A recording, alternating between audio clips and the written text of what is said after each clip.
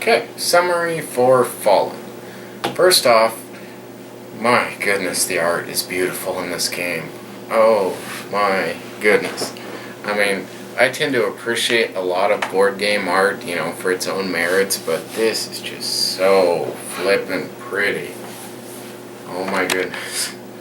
Just, wow, it does the dark fantasy theme so fantastically. Yes, it does. Just beautiful. And that's from my artist wife there, so my goodness. The components are, on average, pretty high quality. I mean, the cards could have been done a little better, but there's so many cards in this box, I imagine it would have cost a chunk of change. Also, I should note that, we were Kickstarter backers with all the whoop-de-doos and such. We did our best to remove, any Kickstarter stuff from the video you saw, but some things may have slipped through, so, you may have seen something that isn't actually in the default box. But what the box does come with is so extensive. I mean, I think it's 50 or 60 or something story cards. 30. Is it 30 in the base core box? Huh. I thought that, oh, maybe not. Anyway, at least 30. So, with only using 3 per adventure, you could literally go through 3 entire adventures with nothing but unique cards you've never seen before.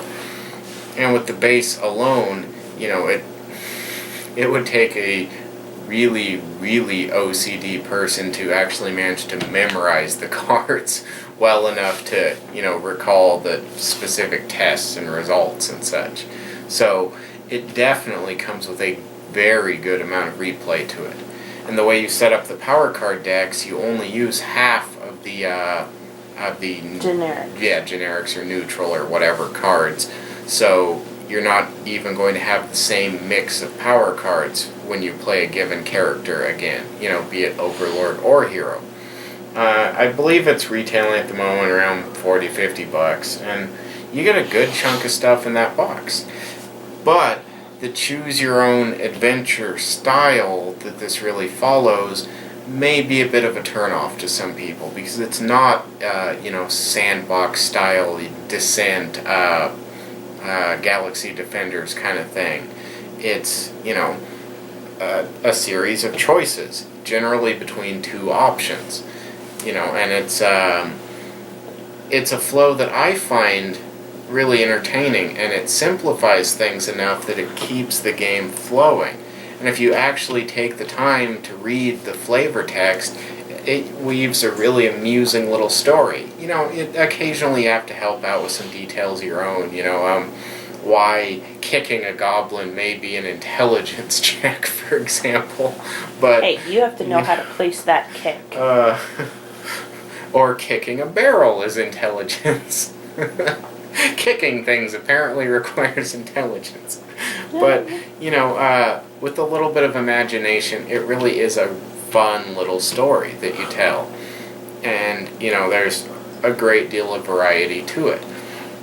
And, there's a conclusion for the win and the loss for each dungeon lord, and just the final battle you're only going to use a fraction of the cards for, so you can really get a lot more replay out of this than you would imagine.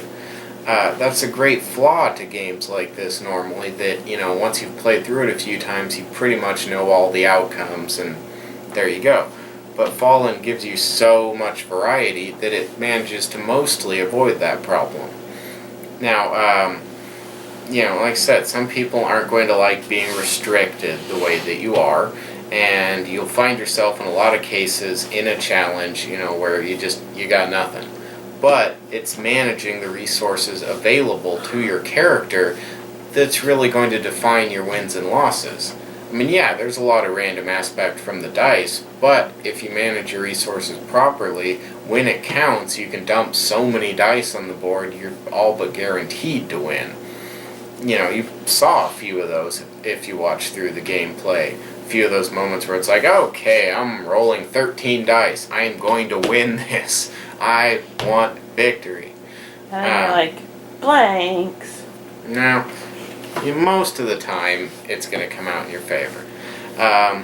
So really, we both found this game fantastically enjoyable, you know, and after one play we're just like, oh my goodness, this is so much fun. Let's play again and again and again. And just, it's really, really entertaining. And it's And even possible. surprisingly, I'm sorry, Go ahead. surprisingly easy to pick up. No, yeah. Despite the intimidating thickness of the rule book there, it's really not so bad. It's a lot of pictures and examples, and you know, it's like a lot of FFG rule books where, you know, it's a big fat book because there's so many pictures and examples and demonstrations that actually really help you out quite a bit. And I'm sure we've messed up quite a few rules, especially in a video. You know, I really like to say filming makes you stupid. You know, you're trying to keep the pace moving so much so that you make a lot of mistakes you don't actually make when you're sitting there just playing the game normally. So anything we screwed up, I apologize. Feel free to point out, you know, and try and add notes and such. But yeah, really, if what you saw seemed at all appealing, definitely check this out, because it's really unique and it's really special and it's just so pretty. And if you're a completionist type, well, you can find all the Kickstarter stuff still. You know, it's going to cost you a little more, but such is life. So yeah, definitely gets a thumbs up from myself and Camera Wife. So you know, consider giving it a test run, if you will. Yes. How much is it retailing for? As I previously mentioned, Oh. around $40-50 Sorry, at the moment. I space out sometimes. Anyway, yeah, thank you. That's so encouraging. She's not sorry. paying attention. Oh my goodness. All right, yeah, fantastic game. Well worth checking out. You know, especially if you can get a chance to play it, you know, with a buddy or at a game store or what have you. But even if not, really consider this one. A lot of fun. Something special that you probably don't have one of in your collection. So, till next time, get off your computer and play some more games.